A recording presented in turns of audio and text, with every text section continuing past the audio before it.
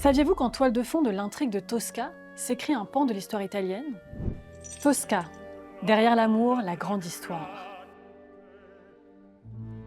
En 1900, Puccini compose son opéra à partir d'une pièce de Victorien Sardou, dont l'action se déroule à Rome, un siècle plus tôt en 1800, durant la deuxième campagne d'Italie. La première campagne, marquée par la victoire des troupes guidées par Napoléon Bonaparte sur l'armée du Saint-Empire, a été suivie de l'exil du pape Pie VI et de la proclamation de la République romaine. L'année suivante, en 1799, les Français sont chassés par les troupes du roi de Naples, fermement opposés aux idées révolutionnaires qui rétablissent un régime de surveillance, de censure et de répression. L'opéra reprend cette opposition. Cavaradossi, peintre républicain et amant de Tosca, aide l'ancien consul de la République romaine, Angelotti, à échapper à Scarpia, le chef de la police napolitaine chargé de restaurer l'ordre ancien. Le 14 juin 1800, la bataille de Marengo rebat les cartes. D'abord surpris par l'offensive autrichienne, Bonaparte contre-attaque et finit par l'emporter.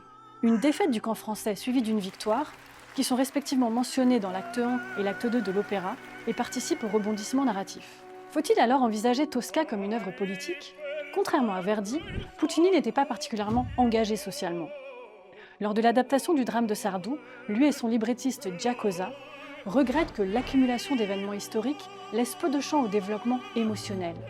Les deux hommes resserrent donc l'action, conservent seulement certains faits politiques et mettent l'accent sur les déchirements et la force morale de Tosca. En découle l'un des plus puissants exemples de dramaturgie lyrique. La flamboyance de la grande histoire y soutient la trajectoire de l'une des plus grandes héroïnes du répertoire.